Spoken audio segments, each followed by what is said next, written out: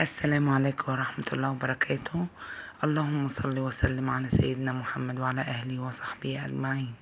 النهاردة قلت هعمل معاكم شوية قرص كده للفطار والقراقيش، سهلة وبسيطة إن شاء الله. هننزل بشوية سكر وشوية ملح والسمسم وشوية بيكنج باودر صغيرين مش كتير قوي، وأقلبه كويس وأعجن كل العجين بقى. وهنزل برضو بالسمنة. أول حاجة أدعك السمنة مع الدقيق، أدعكه كويس، اداري السمنه خالص. وبعد ما بداريها خالص بنزل بقى بالميه. اول حاجه اداريها قوي كده خالص، وانزل اول حاجه باللبن. ده لبن رايب كان عندي وكان رايب يعني مني، وكنت عيناه في الفريزر طلعته قلت اعمل بيه شويه قراقيش. انا كده بعجنها كويس.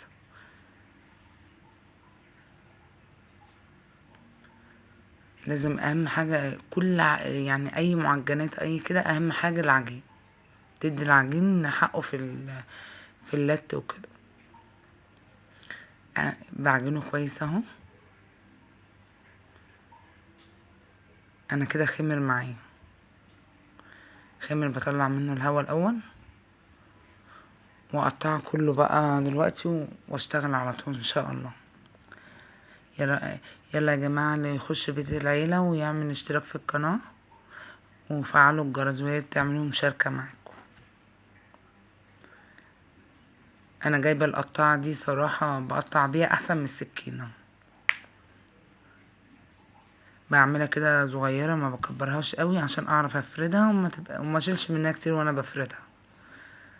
بفرد كله مع بعض عشان يعني ما قطعش عليكم الفيديو، يعني ما طولش عليكم الفيديو. انا ما طولتوش قوي برضه عشان ما طولوش عليكم. برضو انا بعمل يعني انا عامله معاكم تعتبر 2 كيلو ونص دقيق. باخد ليا شويه وسلفته شويه وام شويه، يعني انا ما باخدش كله. يعني لازم اراضي اللي معايا برضو لازم اديهم منه. بص القطاعه سهله خالص، وبشيل الزياده بيها، بخلي كله مقاس واحد. وبعدين ارص على طول في الصينيه. انا العلو ده كده كويس بتاع القرقوشه، عشان هي خمرانه خلاص يعني مش هتخمر تاني.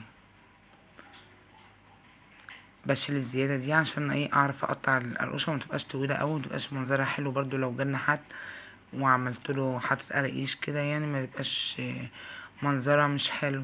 ولو كان في ملبل كنت برضو عملت لكم قراقيش بالملبل وكده، بس ان شاء الله المره الجايه هعمل لكم قراقيش بالعجوه قصدي، معلش.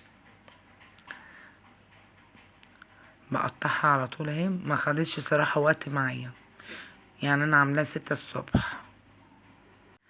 انا كده خلصت اول صاج.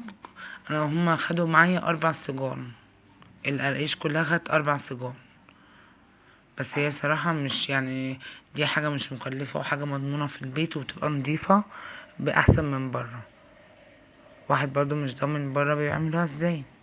انا عاملاها في البيت بسمنة بلدي وشوية زيت برضو كويس وبس. بس انا ما بحبش اشتري حاجة من بره، كل حاجتي بعملها في البيت.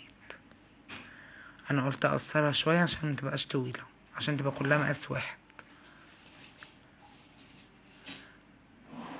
ايوه كده بخلصها على طول، ما بتاخدش وقت معايا. يا رب لو عجبكم الفيديو ده تعملوا اشتراك وفعلوا الجرس. انا كده خلاص قطعته، بدخل بقى يتسوى في الفرن. قلت اعمل شويه قرص كده تبقى حلوه، وعملت وشها كده برضو بالبيض عشان تبقى شكلها حلو. ده مش زفر خالص يا جماعه، البيض ما يعني انا بحط حاجه بسيطه عشان ميبقاش زفر. هي كده خلاص استوت.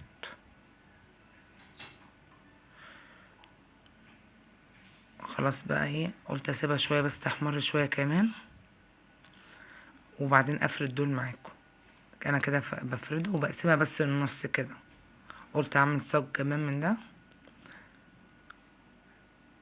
صاج واحد عملته. قلت عشان الشكل كمان يبقى شكله حلو. انا كده اعتبر خلصت الكمية اللي معايا. بشيل بقى اللي اتسوى وبدخل التاني اللي لسه. انا بحب اعمل كل حاجه في البوتاجاز. الفرن ده انا ماليش ان انا، امي بس اللي بتحب تعمل عليه واخده عليه. بس انا الفرن البوتاجاز كل حاجتي بعملها فيه. يعتبر كده خلصت القراقيش. اعمل بقى اخر صاج ده، ويبقى في واحد تاني اعمله بعد ما اخلص الفيديو ابقى اعمله، عشان انا مطولش عليكم الفيديو.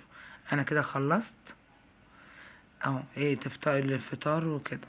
دي انا عاملاها حاجه خفيفه للفطار ومش مكلفه خالص. الف هنا وشفا عليكم. يا رب لو عجبكم الفيديو تعملوا اشتراك ولايك للقناه. الف هنا وشفا. ما شاء الله جميله خالص.